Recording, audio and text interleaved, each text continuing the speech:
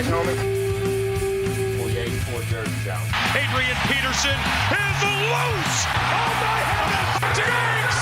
Sideline! Touchdown! Why do you even ponder passing? That's gonna work, huh? That's gonna work! How do you like that? 5 shot 3, 1, 2, 3, fire! Welcome in, everybody. Welcome in to Bleeding Purple, a podcast about the Minnesota Vikings. We are part of the Blue Wire Podcast Network. My name is Tyler Haag. I'm joined, as always, by Mr. Adam Patrick. Oh, it's just another wonderful, wonderful day of taking care of a 4-month-old and dodging pee and poop and puke, and just I got away from it this time. I was shifting out there like Dalvin Cook, so I'm doing pretty good today. Shifting. He said shifting. Yeah, I was a little shifty out there, so I was just escaping it. Well, you know, I am very glad that you didn't get pooped on today. Oh, well, quickly before we get into Viking stuff, did you see you saw the Kawhi shot, right? I did. Yeah, that was pretty nice. Funny story. I was watching that while I was just hanging out with my son, and my wife was in the other room pumping, making milk or whatever. Yeah. And I go, he hits the shot, and I'm like, oh my god! And she, being the mom, naturally sprints out, pumps still. I was gonna say one. Still in there. Like, what's wrong? What's wrong? I'm like, oh no, there's just a shot. Oh, he hit the shot. And she's like, but it bounced on the rim like 5 times. Yeah. It was crazy. Are you serious? I thought something was wrong. I'm like, oh no, we're good. No, everything's fine. It was just a great shot. It was. I love when the ends of games are clean like that. You don't get it very often, but when it goes off, bounces around, everybody knows the game is over if it goes in, and it went in. God, just like the certain final play in the playoffs a couple years ago. No, that is not what that was like, because they brought all those turds back and kicked that field goal again at the end, so it wasn't clean. Oh, yeah, it was the gross, stupid, we have to kick the field goal, and there's like long snappers on the field, which, by the way, I forgot about that. Have a ton of, but don't like that part. But they did get to do the skull with everybody. You beat me to it. I thank God for that rule, because without that rule, we don't have Case Keenum doing the skull chant with like the sea of Viking fans. Oh yeah, and I think they had magical. Like the Saints had to have like their punter on field goal like duty, because everyone else went to the locker room. Everyone was gone. I'm glad that they did away with that rule, because I hate pointless. Why even do that? Yeah. Or like at the end of games when it's like, well, he's got to shoot the free throw no, he doesn't. Yeah. He doesn't. Let's just be done with it. Oh yeah, it was really sad to see a Philly team losing the playoffs. I feel so sorry for them. Those underdogs, dude, and they had so much swag, and then they were crying. Stupid. That's too bad. Oh, he was crying. That's right. Yeah, Jimmy Butler doesn't have feelings though, so he doesn't cry. But he'll tell you he's a wonderful human being and a great friend. Yeah. But he doesn't have feelings. He's a robot. Do you see him? Come on. Okay, back to Vikings podcast.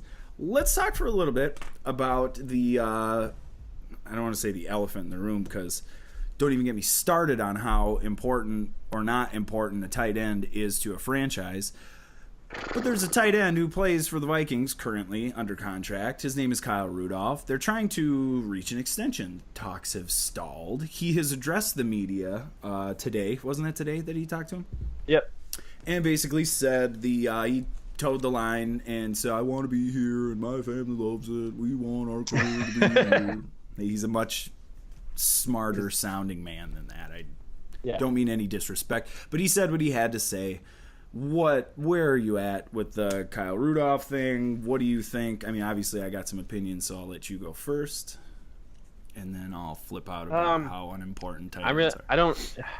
I don't mind if he gets traded or he doesn't get traded. It doesn't really matter to me. Some people are like, oh, we need him, what if Irv Smith doesn't work out and stuff, or blah blah blah. But then I'm like, but is Kyle Rudolph like really that great? Like, no. He's not a game-changing tight end, if there is such a thing. But yeah, honestly, I don't think he's going to get traded. I think after the draft, it's harder to trade somebody like that, especially right now when everyone knows like that's what they're trying to do. So everyone's just going to wait for him to be released and not give anything up, and they're probably not going to release him. if they're not going to be able to trade for and what would they get in a trade? Like a 5th-round pick? That's like, exactly what I was going to say. What's the compensation going to be? Unless you're trading with the Raiders and they give you like a 1st-round pick, then go whatever. To town. But who's trading higher than a 5th, maybe a 4th? I highly doubt even a 4th, but a 5th for tight end who's $7.5 million on the cap. Is not that fast. Doesn't really get many yards after the catch. He's going to be 30 next year. He's entering. Maybe has a couple of good seasons, decent seasons left in his career. I feel like the Vikings have been trying to replace him for the past couple of years. They just been drafting too late. Yeah. I remember they tried to sign Jared Cook a couple years ago. They've been trying for a long time, and they did that 4th, 5th round. Bucky Hodges. So Rudolph should be. Those two. He should be happy. He should be consider himself lucky that he's been there for as long as he has, because the Vikings have been trying to find someone else. Michael Pruitt, even throw him in there. That was the other one. Yep. They've been trying to find someone. I don't know if they've been trying to pair someone with him or whatever, but they haven't been. It doesn't seem like they've been very satisfied with his production when he, since Zimmer has arrived in Minnesota. So, yeah. Well, and here's the thing about this argument that kind of makes me laugh is the one side of the argument is saying he's probably one of the top 5 tight ends in the NFL, and that might be right. But that's the problem is he might be a top 5 tight end in the NFL, but who cares? The tight ends don't matter. Unless you have an absolute freak show or an offense that is specifically great for tight ends. But I'll remind you, Adam, the last 3 offenses that we've had in this franchise have all been tight end oriented, and this is going to be the offense that Kyle Rudolph is going to he's going to take that next step. No, he's not. He isn't. And that's okay. But you can't pay him $7.5 million, and trading him isn't going to destroy your franchise. It's just going to make you find another. But he's so good in the community. You can't let him go. And honestly, that for me is I get it. So was Jared Allen. There are a lot of people who are great in the community. Even Adrian Peterson. He did something bad in his life, but he did a lot of stuff. I feel like in the Minnesota community, if I remember correctly. Yeah. There's a bunch of guys that have done great things in the community, but the Vikings. They didn't almost win Man of the Year, and they didn't have videos that made me cry from him reading letters from people that he did good stuff for. Well, Kyle Rudolph had that though. I think it's just emotional. Yeah. I think people like him, and they're like, no, we can't get rid of him. He's too great. But it's like, no, you just like him, and that's different than. But that doesn't win Super Bowls. It doesn't. Okay? And what's the main goal of every team is what? To win a Super Bowl. You don't keep a guy if the Vikings feel like they're better off, with more cap space, and not Kyle Rudolph to put them in a better position to win the Super Bowl, then why would anyone be opposed to that? What's so wrong about a team doing that? They're not going out of their way just because they don't like Kyle Rudolph just to get rid of him. Exactly. Good people have to get traded sometimes. It's the NFL. At the same time, I still don't think he's going to get traded. Yeah, I don't either. I truly don't. I think he's going to restructure. I think he's going to be back. He's going to have 2 extra years. He's going to retire after next year because they're not going to have a spot for him and nobody else is going to. I don't think he'll retire. It's my hot take. But he's not. He might not be here, but I don't think he's going to retire. He's still going to be one of those guys I can play for the Bengals for 2 years because. Everybody's picking on the Bengals these days. He's from Cincinnati, so that might actually happen. Oh, is he? No kidding. I didn't know that. Yeah. Okay, yeah, that actually might happen. I want to go through this a little bit more later and run through a little bit of a pro-con argument. We'll come back to the Rudolph thing a little bit later. Okay. Moving on to some other news. Brand new quarterback in Washington just got drafted. Yep. Trying to stir things up a little bit with our boy Diggs. Yeah, going to the Washington football team. Yep. Where are you at with the nickname, by the way? Do you say it out loud? Redskins? Yeah, it's I don't like it, but it's a horrible name. But I'm not. Whatever. Is it up to us to not say it? I don't know. It's the name of the team. It's hard for me. Yeah, I mean, people have their own choices. To me, they still have the Cleveland Indians. I feel like that's more offensive than Redskins. I'm not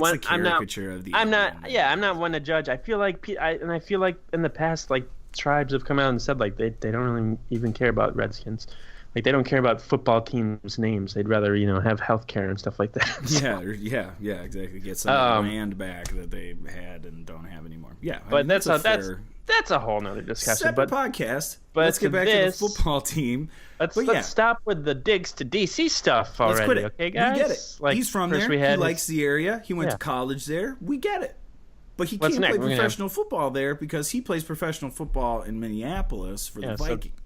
Kirk Cousins should go to the Lions. Everson Griffin should go to the Raiders. Anthony Barr should go to the Rams. All this stuff. I do like this time of year for that stuff though, because it gets very Madden off-season-y, where it's guys are just throwing names out to different teams, and it's fun to think about for a second. Maybe Odell Beckham will go to the Browns, and then he does. Could you imagine? That was a Madden trade if there ever was. Yeah, but it really was. Yeah, it was just a little silly Instagram post because they were both working out, I think in Virginia, in this crazy sports complex. Mm-hmm.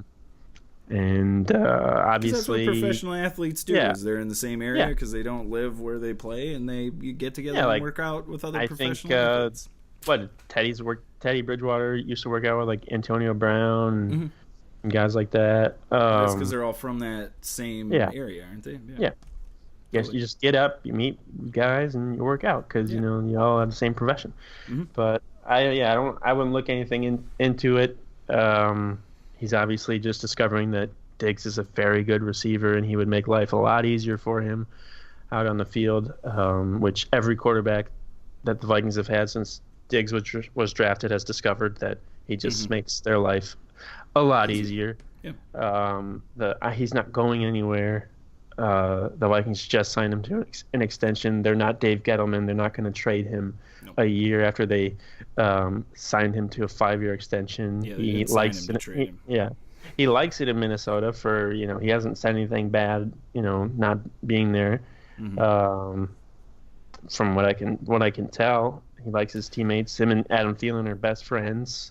Do you think that this is not just Minnesotans, obviously, because this was started by somebody else, but this is like so Minnesota sports fan to be worried about something that really doesn't have any merit, but there's an actual connection there where it's like he's from there and maybe he wants to panic forever. So now this is going to be like the long term. We're going to talk about this for like 6 years. Every offseason. Like, okay, this is definitely the year he's going home. And eventually he'll go.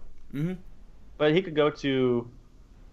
He's from Maryland, so I wouldn't be surprised if he went to the Ravens instead, because I would feel like that's a better organization to be a part of than the Redskins. I would say that's a pretty easy argument to make at this point. And it's purple, so he already knows it looks good in purple. So that's very true, very true. And when you got a color scheme like that, you got to stick with it. I mean, how can you argue with that? I'm not gonna worry anything about it. Just stop with the photoshops of Diggs in the Redskins uniform. That's the thing that bothers me is like quit making it look like he plays for him already with the uniform. Because when I'm scrolling through Instagram, that's how it gets me. It's like, I don't like it. I wonder what he said to his brother after he posted that picture. Like, hey, what are you doing? Why did you do this? Because didn't he got off the plane and was like, what's up, everyone? Because we had already knew he was gone. Other news, Randy Moss on Instagram trolling the Packers a little bit. Oh, yeah. Always good to see. Also, fun to watch Aaron Rodgers get destroyed by fire on Game of Thrones last night. Oh, spoiler alert. I haven't seen like the first 8 seasons. So great. Now it's spoiled. Now it's spoiled. I'm so sorry. Whole series just. I don't even know how to. I can't backtrack. Didn't people die? Didn't people die too? Don't people die in that show? Well, I'm not going to tell you the important people. Oh, okay. I thought like everyone died. But it made me very happy. There were a lot of people that died, but it made me very happy that he got burned by fire. Does that make me a bad person? Wasn't somebody else in there last week? It was like a different. Yeah, they actually do a pretty good job of sneaking the celebrity cameos on. Like, the only one that has Ed been Sheeran in there? that one was horrible because he like had speaking lines. So he was obvious. like just playing guitar at the fire, and it was like, Ed Sheeran. Oh, it totally ruined. Like, it really took me out of it. I was in Game of Thrones. I was in Westeros. I was having a great time. I was thinking about dragons. And then there was Ed Sheeran. I was like, oh. Do they even have a guitarist back then? I don't know when it takes place because I think it's like Fantasyland, so it might like technically be the future. I don't know. They make their own rules in sci-fi and fantasy. So back to Randy Moss. This is fantasy. He's a fantasy player in his own mind. Yeah, he posted a picture of him with like I think Larry Fitzgerald, Tom Brady. Who else? Brett Favre. Is Aaron Rodgers in there too? No, I don't think so. No. Roger Staubach. Yes. And with each player's name, he put like their team name in parentheses, and next to Brett Favre's name, he put the Vikings. So, needless to say, a few Packers fans were not happy with that. Not that they would ever overreact to anything, because they never had a funeral for Brett Favre after he left the Packers and signed with the Vikings. They never did that. So it was nice. It was nice to see Randy Moss. He's never been one to troll the Packers before. So not with first time for him. Games. No. He's never done that. What year did Brett Favre leave, and what year did LeBron James leave? Were they burning Brett Favre's jersey at that point, or was that pre-jersey? When he burning? went to the Vikings, when he went to the Vikings, I think.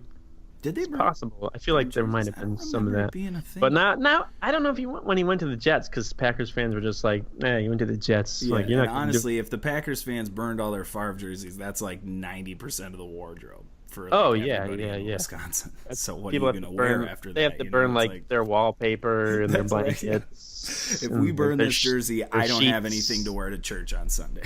Yeah. What are we going to do? Titletown. Green Bay, that's right. Full of don't at me, Packers fans. Wonderful. Green Bay, known for fashion trends. So. Definitely fashion trends and Wisconsin serial killers. Why did they all come out of there? I'll tell you why. It's a bad place.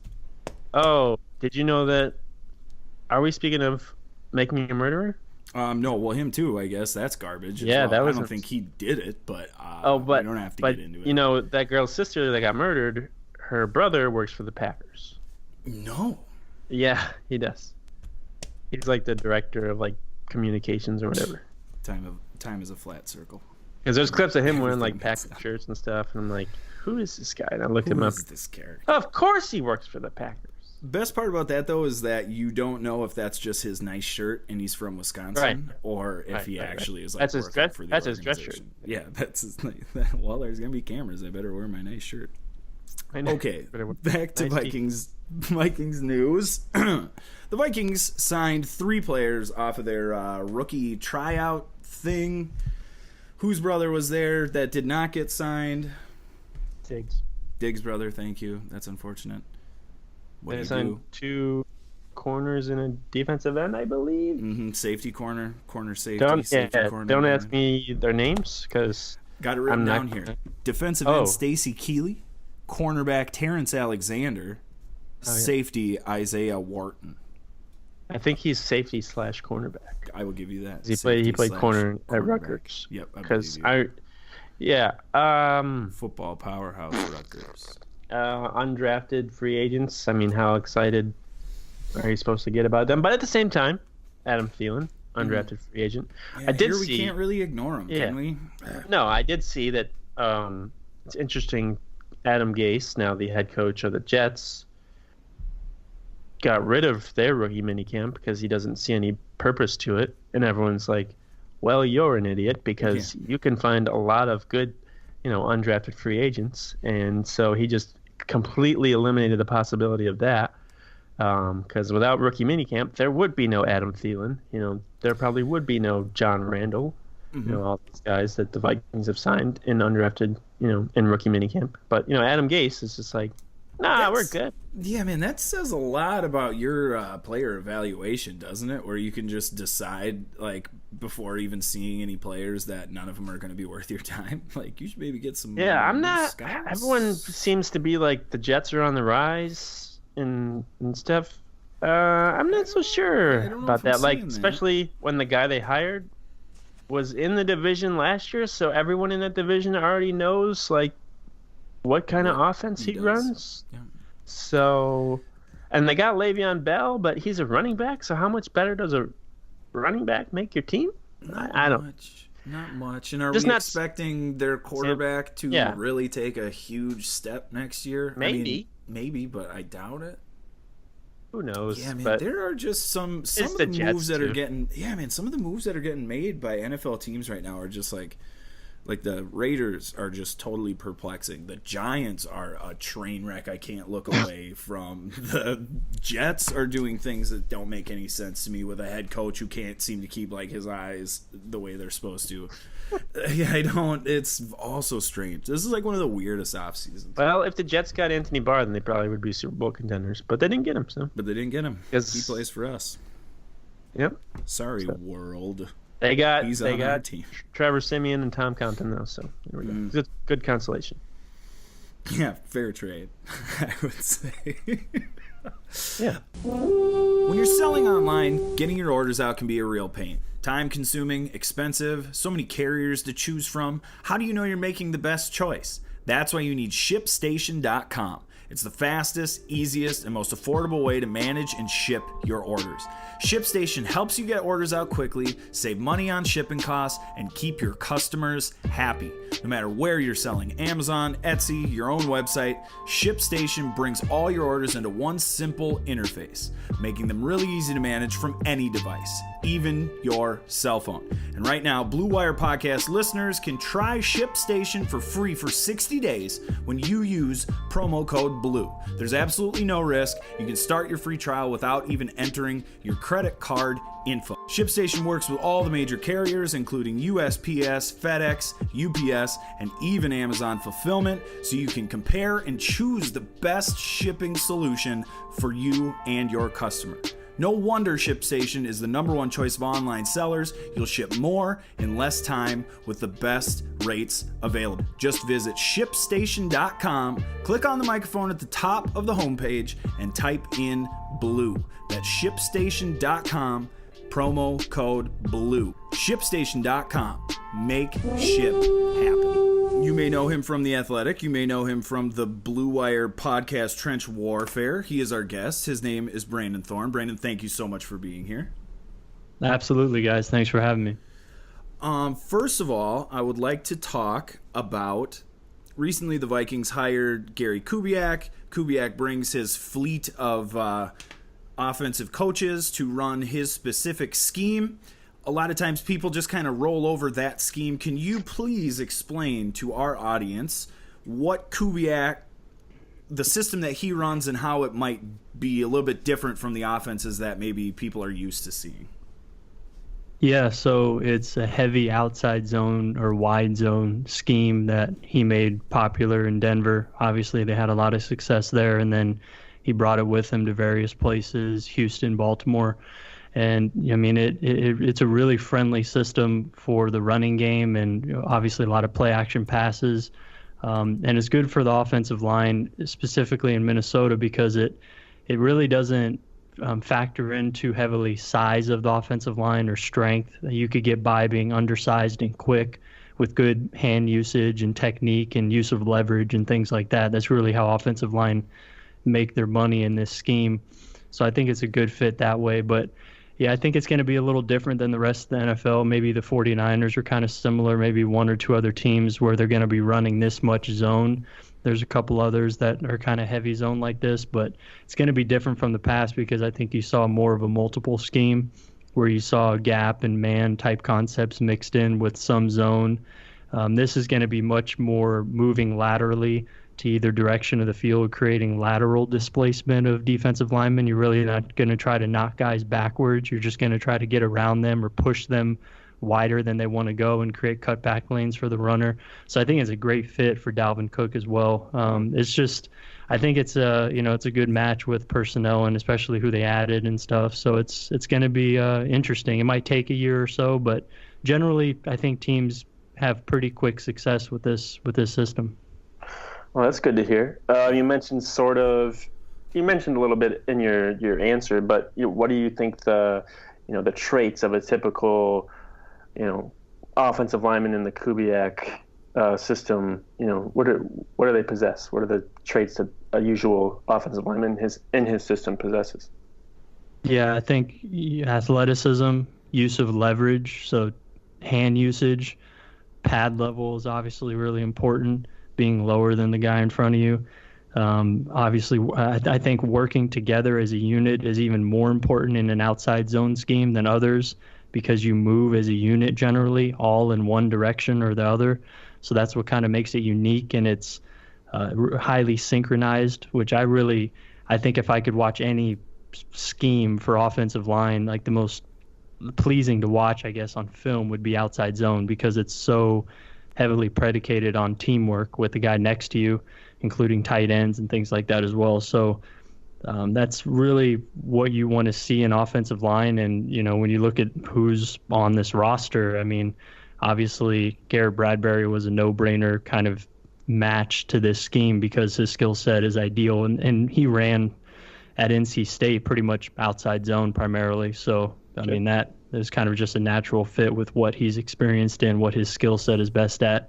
And then you look at a guy like Brian O'Neill. He wins with athleticism, quickness. So I think it's a good fit for him, assuming that his hand placement and the finer aspects of what's required are getting, developed there, which I would assume that he would, gradually get a little bit more comfortable. I think it's a good fit for Pat Elflein as well, for him being more of a technician than a guy who's winning with strength or power or things like that. So, and even Riley Reif. I mean, Riley Reif doesn't win with strength or power either. I mean, he's a guy who has made the career that he's made based on winning with technique largely. Obviously, last year was a down year. I think it was Buffalo where he got hurt, and he just kind of struggled last year. But I think when he's been at his best, that's kind of what he's won in as well. And then even Drew Samia, kind of Josh Klein is kind of an odd fit, but maybe they liked something they saw, or they just wanted another veteran presence, just somebody else in the mix, maybe, I don't know. But otherwise, I think it's a pretty good match. You kind of beat me to it. That was going to be my next question, was like, can this Kubiak scheme work in Minnesota? And it sounds like, I mean, there are a lot of players whose I guess traits lend themselves to this type of scheme. But do you think the group that the Vikings have right now, that this could be I mean, you said there can be quick turnover as far as success, but do you think this group can be successful in this scheme? Yeah, I mean, obviously that's, sort of relative. I mean, I don't know if they're going to be, I wouldn't expect a top 10 unit, maybe not even a top 15, but even if you're in the 15 to 20 range, that would be an improvement from last year. Exactly. So I expect a middle of the pack offensive line, honestly. I mean, with a little bit more upside there to be a little bit better, but I don't think their ceiling is very high. I don't see like a top 10 ceiling.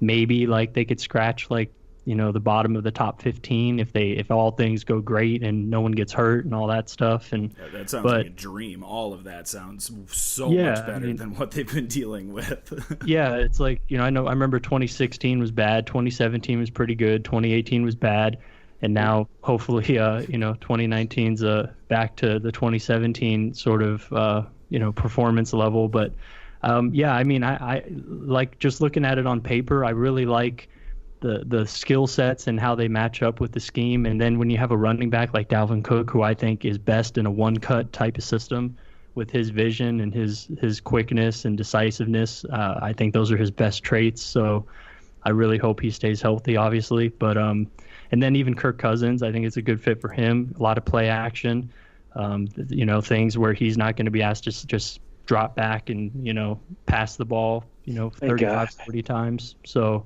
I think it's just generally a really good fit for the offense. But I would also temper that and not say that I expect them to be like a top 10 unit or anything like that either. I would just say middle of the pack is a pretty safe projection, in my opinion.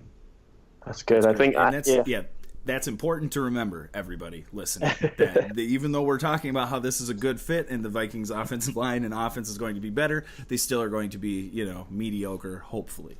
Yeah. I could see that. Anything from last year is good in the Vikings book. But we've there's talked upside about, there. Yeah. We've talked about this kind of in the past, but I'm kind of just wondering, since you're more, your expertise is a little bit more in the trenches, but is great offensive line play usually due more to, do you think, the scheme and coaching, or do you think it's actually more of the talent of the actual offensive lineman? I mean, that's a good question. I think it's a little bit of everything. You have to find that blend and that mix that works for the individual unit and the individual team. I think the best situations are when the coaching adjusts to the talent on the roster based on what they do well and builds a scheme around them. Yeah. Now, with Gary Kubiak coming in, I would assume that Rick Spielman and everybody who hired him saw, okay, we really like Bradbury in the draft. Maybe there's a guy like McCoy we can fall back on if we don't get him. Both of them are really good fits in outside zone scheme, so we could do that. We can upgrade guard in the process by moving Elflein. We have O'Neal, and Reef can transition us into it as well. So we have some pieces there that could, to where that's going to match up to with what this scheme is predicated on, and that's outside zone. That makes sense to me, and I could see that thinking. And to land a guy like Bradbury to put it center is obviously a critical spot in this scheme. I think Kubiak, for the most part, is usually had a pretty good center and interior play. I mean, because if you can reach a nose tackle every single time, which you can with Garrett Bradbury, that opens up the guards to get to the second level faster, and it really makes life easier on them, I think. So I think Bradbury opens things up and will make the guys alongside him better. And by doing that, obviously you upgraded left guard in the process. I think if Elflein plays there, I think he'll be better than what you had. And yeah, I mean, obviously they really want Brian O'Neal to develop, and I think that this scheme probably gives him the best chance to do that. Good. So if someone were to say, like, the Vikings offensive line didn't play as well last year because of the play calling of John DeFilippo, they wouldn't exactly be wrong, right? Yeah, I mean, it was, I remember I've been on, the podcast with Matt Collier a lot for the Vikings and stuff, and we've talked about that, and we always talked about, that we really were like, wondering why isn't more outside zone being run? Yep. Why aren't more screens being incorporated into this? Because Pat Elflein is best in space, and Brian O'Neal is best in space. You want to capitalize on what those guys do well, and I don't think it really was happening last year to the degree that I thought it should for those two in particular. And now, I think that's obviously what the whole system's built on now. So that's partly why I'm encouraged and optimistic about it, because I've felt like since I've evaluated O'Neal and Elflein coming out, that this was probably the best scheme for them. And then you look at Bradbury, who's an ideal fit, and even a guy like Samia, I think, who could take Klein's job. I mean, I think he, is definitely probably a good fit in this scheme as well. And he brings, I think it's a good mix of what the Vikings have got going on here, because it's not all just quickness and leverage. I mean, Samia's, pretty nasty, and you have a guy like that in there. Elflein can get after people. I mean, so it's a good mix of, even though it's more of a, you can say, quote unquote, a finesse type of way of blocking people, there's that edge that you have there mixed in with some guys. I mean, so I think it's I really like that they drafted two guys in the draft, because you really needed to upgrade that interior. So there's going to be some competition there. And I mean, I would be encouraged if I was a Vikings fan, especially after what you saw last year. Yeah. You totally nailed it. That was going to be like my question to wrap things up, was like, given everything they have and where they're at in the draft moves that they made, it sounds, obviously sounds like you like it, and you're pretty optimistic for this group heading into 2019. Is that safe to say? Yeah, definitely. I mean, with the context of what they were last year, which was obviously like a bottom 5 unit, I mean, I would expect a jump, about 10 spots or so on top of that, and be in that 20 range. I don't see why you wouldn't expect that, especially when you look at the rest of the offense. I mean, you probably have the best receiving core in the NFL, at least the top 2, and then to have a runner like Cook. And I mean, I don't know. I just see like this, as long as the offensive line is average, I think that this could go really well. Everybody just got to stay healthy. Yeah, I mean, the interior, if Klein becomes a backup, then all of a sudden you have a really good sixth offensive lineman, or, a solid, backup type of guy. And then Rashad Hill's a swing tackle. I mean, if you go into a game with Klein and Hill as your 6 and 7, I mean, that's not bad. I mean, it could be a lot worse. So I'm pretty encouraged by that just overall. But yeah, if one of those two guys got healthy or a starter got healthy, which you could say that for almost every unit in the NFL, I mean, then things, obviously can go downhill pretty quickly. And we have seen that for sure. Yeah. Well, Brandon, thank you so much for joining us. That was, I'm not going to lie, I feel a lot better about everything, really, after that conversation. But that was really good stuff. Thank you very much for joining us. And everybody, make sure you check out his stuff on The Athletic and, of course, his Blue Wire podcast, Trench Warfare. Thank you, Brandon. Yeah, thank you. Absolutely. Yeah, thank you, guys. This was fun. Let's double back around. I want to revisit Kyle Rudolph and that whole situation. Oh, has he been in the news? He has been. Contract extension. First of all, contract extension. Why?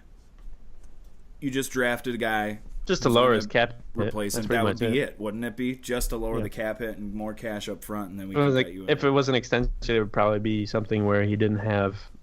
They could cut him next year for like a little bit of money. Mm-hmm. Mm-hmm.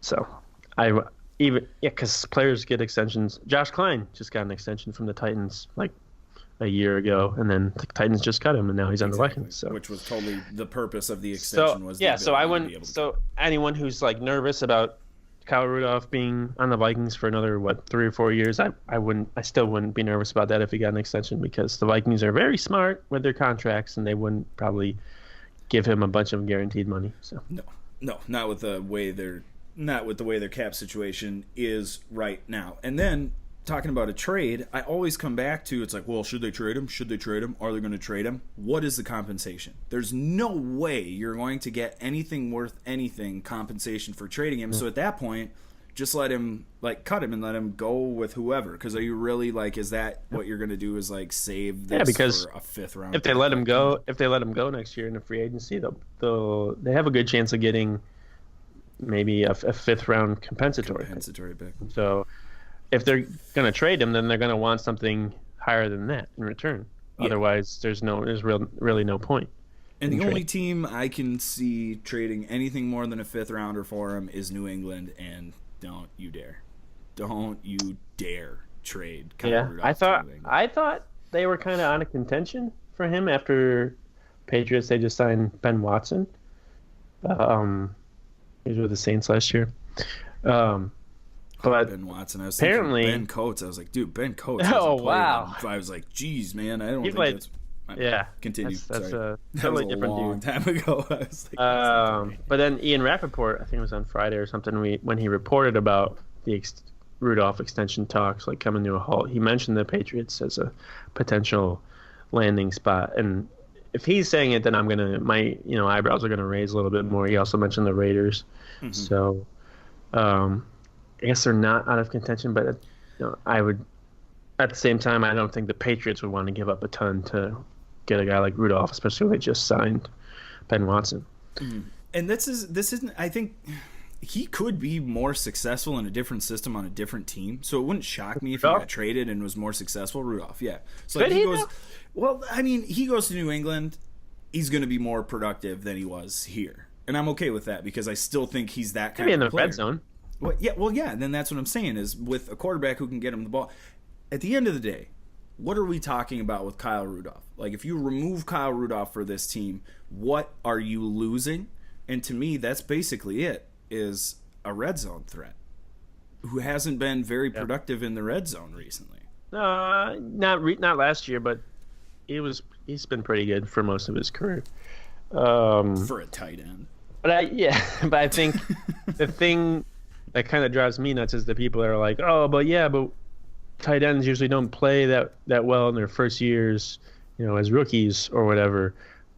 But why, the Vikings got a tight end in the second round. You would think that he's going to be pretty ready to play almost immediately, and they're going to want him involved in their offense if Rudolph is there or not.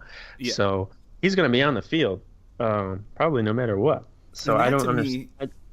That to me was my big knock on that draft pick in the first place was if you have Kyle Rudolph and he's going to be your guy, are you then going to run a bunch of two tight end sets to get both of them involved? Yeah. Or are you moving on from him and getting – because you're exactly right. You take a guy like that in the second round, I don't care if he's a tight end or God forbid, a long snapper. He better be ready to play. He's a second-round pick. He's go in. You compete for the starting job. That's your gig in the second round. Come on, man. They're like, oh, he's more of like a third wide receiver than a tight end, and he's not much of a blocker. And I'm like, so you're gonna keep Kyle Rudolph because he's a blocker. That's why you're gonna keep him for $7.5 million because he's what is he, Treadwell? It's truly incredible to me how the narrative can change on a player based on where we're at. Oh, last year it'd be like, oh, it's Kyle Rudolph. He falls down if you blow on him. Totally. And this year they're like, oh, I should keep him. He's so experienced. It's shocking that they would even think of trading him. And it's like, you were just saying he falls down when he catches the ball and isn't even that productive. I don't know. I think we're on the same page, though, as far as tight ends are concerned. I just don't think it's a big enough deal for it to be not discussed this much, because I'm happy to discuss it on this podcast. I'm glad we have something like this to discuss. But to put that much emphasis on a tight end and like that's going to make or break your season, I just don't think so. I really, really don't. No. Yeah, I don't think he's going to get traded. But I don't care if he does either, because I don't think it's the end of the world.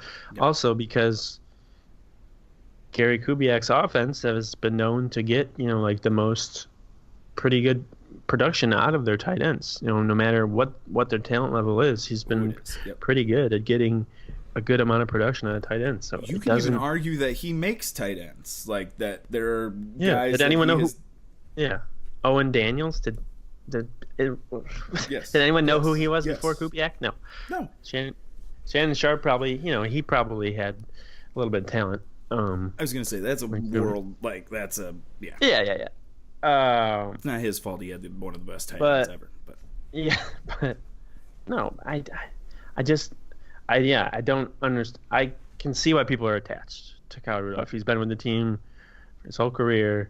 He's great in the community, but that's not. Even he said today on Monday at the golf tournament, Mike Zimmer's golf tournament, that he hopes that they don't keep him just because he's a good guy and he does stuff in the community. He hopes that they keep him because he's a good football player, and that should be why they keep him.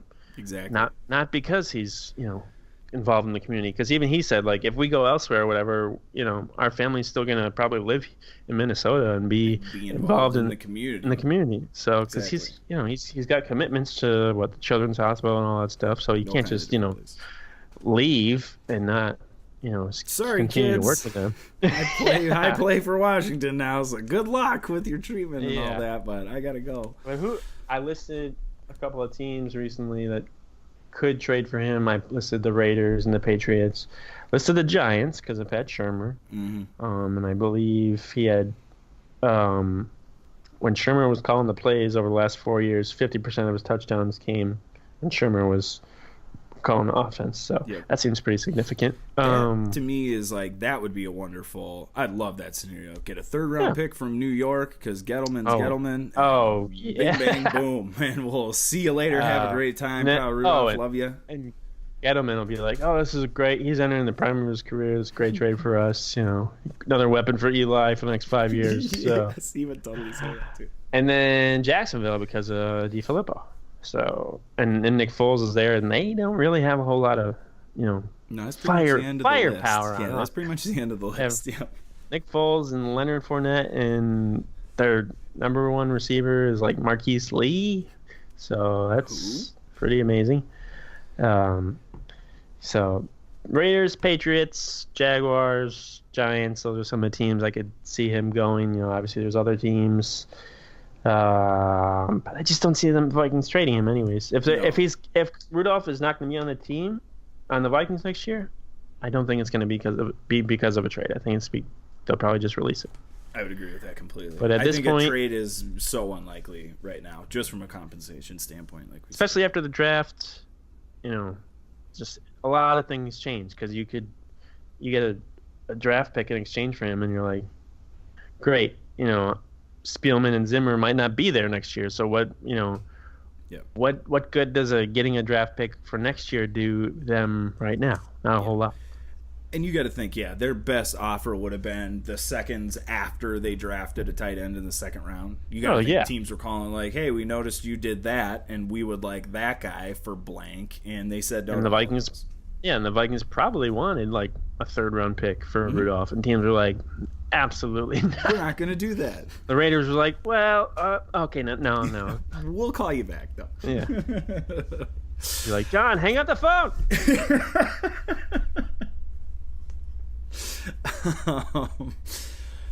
Rudolph, I don't know. If it was up to me, if I could get something more than a 4th round pick, I would do it. But there's no way they're going to get more than a 4th round pick, so I don't think they should. So I assume he's going to be on the team next year. Is that basically where you're at this point?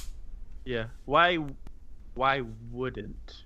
Or like what would be let's try and understand it from people who don't want him to be traded. Like what would be the worst thing that could happen if they trade him? Like just like Irv Smith doesn't work out and honestly, to me that is the doomsday scenario that people are discussing, is that Irv Smith has to play a lot and he's bad. But okay, like are people expecting so much production out of the Vikings tight end next year when they have Diggs, Thielen, Cook, and I guess so. That to me is my biggest. They want to run the ball more. They don't want to pass more. So. That's my biggest dysfunction with the entire Kyle Rudolph needs to stay argument. Is it's like, why do you put that much weight on the tight end position? How much? What do you think is going to happen?